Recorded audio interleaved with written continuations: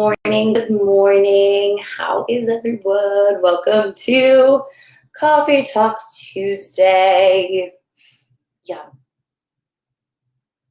You guys know the drill. We're going to just give it a few minutes for everyone to pop in. When you're here, make sure that you say hi so I know you're here. So today we are going to talk about how to become iconic in your industry. And the reason why I thought that this was pretty interesting topic is a lot of people ask us, with everything that's happening on digital these days, how do you stand out? How do you make a difference? What's going to separate you from all the noise? So there's actually a really interesting book that Scott McKain wrote called Iconic, How Organizations and Leaders Attain, Sustain, and Regain the Ultimate Level of Distinction. So I thought that this would be a fun topic, break it up a little bit from the logistics, well, actually more the platform perspective of Coffee Talk Tuesday, and to make it a little bit more about business. Because this is a topic that's been brought up quite a few times to us throughout the talks that we've been getting lately. So I'm gonna give it hello, East End Women's Network. Thanks for hopping in. Everyone make sure to say hi to my business partner who's over in France right now. Lovely, lovely, lovely. All right, so let's get started. So like I said, this coffee talk has been inspired by the questions that we've been getting from people of how do I stand out in my business. And I thought it was a nice little switch up from the usual platform-focused coffee talks that we have. So as I said, Scott McKain's book is the one that I'm really basing this talk off of, because he's got 4 major pillars of distinction, which I thought was nice and concise, very interesting, very well thought out. So check out that book because it's a pretty interesting read. So why is it important to stand out from your competitors? Well, business growth is not only about actively going out there and obtaining new business, but it's also about retaining business, creating those brand ambassadors, having that loyalty that people continually come back and use your brand over your competitors. So what Scott McKain talks about is the fact that having your customers or your clients come to you as opposed to you actively going out there will actually create better brand loyalty. So let me put that in a way that may be easier to understand for people, as opposed to going out there and selling and selling and selling. Making your brand, making your product, making your service actually more attractive to people so they start to come to you will more likely retain that business, that loyalty, and make them continually come back to use your brand or your service or your product, whatever it may be. So you're gonna kind of try, what you wanna do now is create those brand ambassadors. So how do you do that? Well, you need to become present amongst your competitors. You need to stand out over your competitors. And you need to do that on social, which is very difficult. Thanks, Mike. So Mike Variali, East End Entertainment, thank you very much. So what you have to do is you have to stand out on social. Now, how do you do that? Well, there's 4 major pillars that Steve McKain talks about in his book. The first is clarity. So it's kind of a shocking statistic, but he said during his research, he found that 70% of employees, be it the front end, the marketing side, didn't actually weren't actually able to explain why you should choose their brand or product over their competitors. They weren't really sure where the difference lied. Now, that's something that we talk about with our clients a lot, which is your remarkable different. What makes you different than your competitor? Why am I going to McDonald's over Burger King? It's more or less the same, but why am I going to one over the other? So you need to have clarity throughout your organization of what it is that actually makes you different and more desirable than your competitors.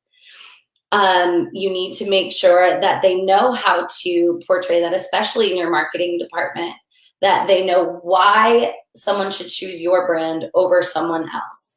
Because that's actually what's going to create loyalty. That's going to create brand loyalty amongst your customers, is whatever that remarkable difference is.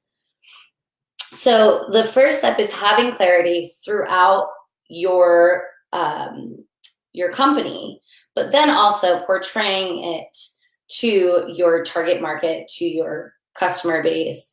And you do that through creativity. It's number 2. So obviously, once you find your remarkable difference, you need to find a really fun, great, exciting way to portray that to your target market, to your client base. And you don't necessarily have to change your price. You don't necessarily have to change your product around. But what you need to do is find that one little thing that's different amongst your product or your brand or your service, that one thing that's different from your competitors, and just tweak it just a little bit, so you can create some type of distinction between the two products, brands, services, between you and your competitors. So once, it was actually interesting because Scott does say within his book that he originally thought that creativity would come first and then clarity. But it turned out that when they were developing marketing plans, if you don't know exactly what that remarkable difference is, what that one tiny little difference between you and your competitors are, you're not really going to be able to creatively portray that. So he said that clarity is definitely first, especially within your organization, so they know how to pitch, market, sell to your client. Next, creativity. So you don't necessarily have to change your product, you have to reinvent the wheel, but what you're going to do is change the way that you present it and show your remarkable difference. The third one is communication. Now, this is something that we have spoken a lot about, especially in a lot of our talks we talk about with all of our clients. You really need to determine who your target market is. And of course, we would all like everyone to buy our products all the time. But the fact of the matter is that's not how it really works in reality. So what you need to do is to make sure that you're communicating on your target market or your target audience's terms. What do I mean by that? Well, especially when we're talking about social, there's different platforms that cater to different target markets. So for instance, Facebook is a very large platform. It's got a lot of range. But if you look at Pinterest is geared more towards 18 to 35-year-old females. So if you have a product, brand, or service that fits within that demographic for your target market, then you're going to think about possibly being on Pinterest. But if you really don't have anyone that fits into that market, it's probably not going to be worth your marketing dollars or your media spend dollars. So it's really focusing on who it is your target market is, identifying that, and then speaking to them on their terms. Now, there's this little thing that we do with Coffee Talk Tuesday. We go live so you can watch it visually. Kind of plays into the audio as well, because you can have it playing in the background while you're futzing around doing some work. We also then do a write-up in our private marketing group, Stark Media Marketing Group. Check it out. And we also send it out in an email. So not only are we repurposing our content, but we're also putting it in multiple different forms. Some people like watching a video. Some people just like hearing, a podcast, let's say. Other people like reading. So, everyone kind of processes information differently, and that's on their own terms. But you want to make sure that you're putting information out there in the terms that your target market actually wants to process it. So there was a company that he actually brought up, the name's escaping me, who asked all of their potential clients, how would you like us to communicate with you? Would you like us to send you snail mail? Would you like us to email you? Would you like us to call you? Whatever it may be, you want to make sure that you're giving the information to your clientele the way that they want that information. And finally, the fourth one is customer experience focused. So there used to be the old kind of wave of thought that you had to be customer experience or customer focused. But Scott McKain says that you should be customer experience focused. So more or less, how does it feel to do business with you? And I'm taking a coffee second. So how does it feel to do business with you?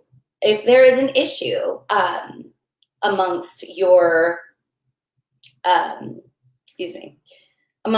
client's experience, you solved that problem, but did you figure out why the problem happened to begin with?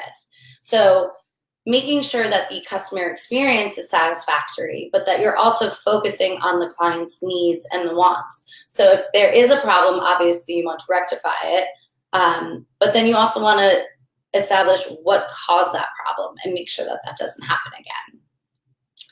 So overall, a quick recap is the 4 pillars of distinction to make you stand out from your competitors. First one being clarity, making sure that everyone within your organization understands what it is you do, why it is that you do it, and what is your remarkable difference. Why are you better than your competitors? The second one is creativity, making sure that you have that remarkable difference and you're showcasing it in a fun and exciting way.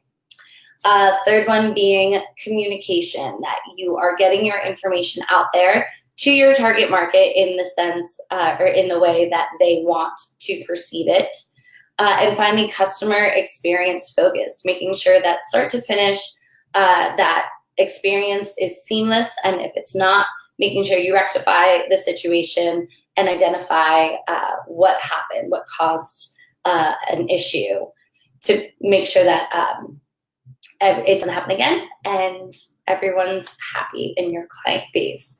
So just some things to think about when you're kind of processing these 4 pillars of distinction is, and Scott McKain said, nobody said, I love doing business with X because they're just like their competitor. And this is a great thing to keep in mind because it really drives home that remarkable difference focus, where you need to have a clear state of what it is that makes you different. Why are people coming to you as opposed to going to someone else, and really harnessing that and honing in on that. Some great things to think about is customers don't evaluate you on an industry standard. And this is something Scott McKain said that he found when he was writing his second book. They don't evaluate you by what your competitor's doing. They're evaluating you on the experiences that they have with you. So if everything is seamless and you've created a great product, brand, service, everything should be great. But if there are bumps in the road, you want to make sure that you're taking care of those and making sure that they don't happen again.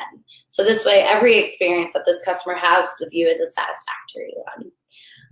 And finally, businesses have to have an idea of what their competitor is doing, but shouldn't make all of their decisions based on that. So be aware of how things are going in your industry, what the standard is, but also have the wherewithal to be able to stand out from that and not just go along with what your competitor is doing or making decisions along that lines.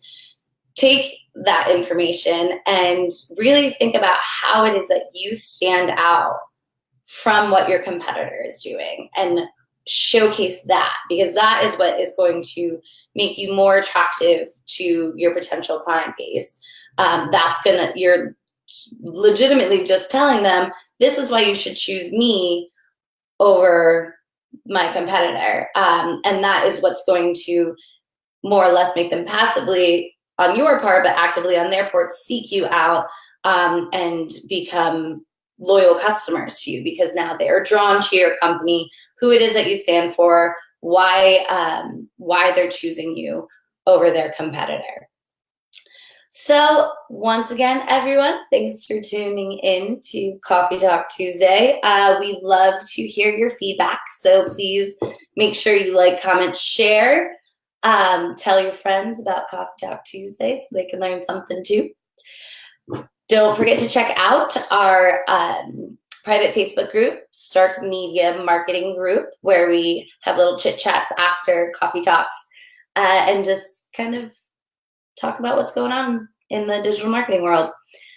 Also, don't miss your chance to join us on March 14th with the Riverhead Chamber of Commerce. We are putting on another showcase, so make sure you sign up soon because tickets are going fast, and the last Dominate the Digital Marketing World 2019 did sell out. So don't miss your chance to come learn a thing or two. Thanks again, guys, for tuning in. As always, please feel free to reach out. We love your questions, your emails, and you could inspire our next Coffee Talk. All right, we hope you have a phenomenal week, and we'll see you next time. Thanks, guys.